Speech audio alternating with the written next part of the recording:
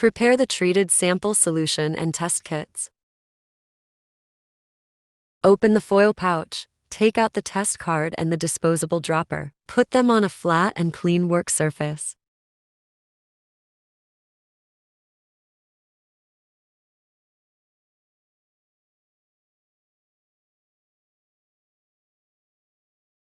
Pipette the sample solution with the provided dropper, then add 3 drops vertically and slowly into the sample holus.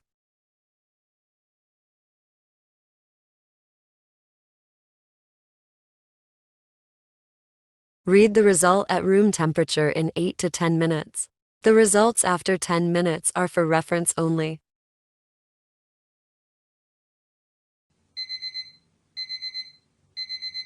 Interpret the results within the result window.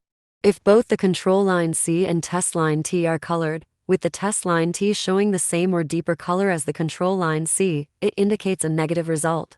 If the control line C is colored, and the test line T is not colored or lighter than the control line C, it indicates a positive result. If the control line C does not appear, the result might be considered invalid.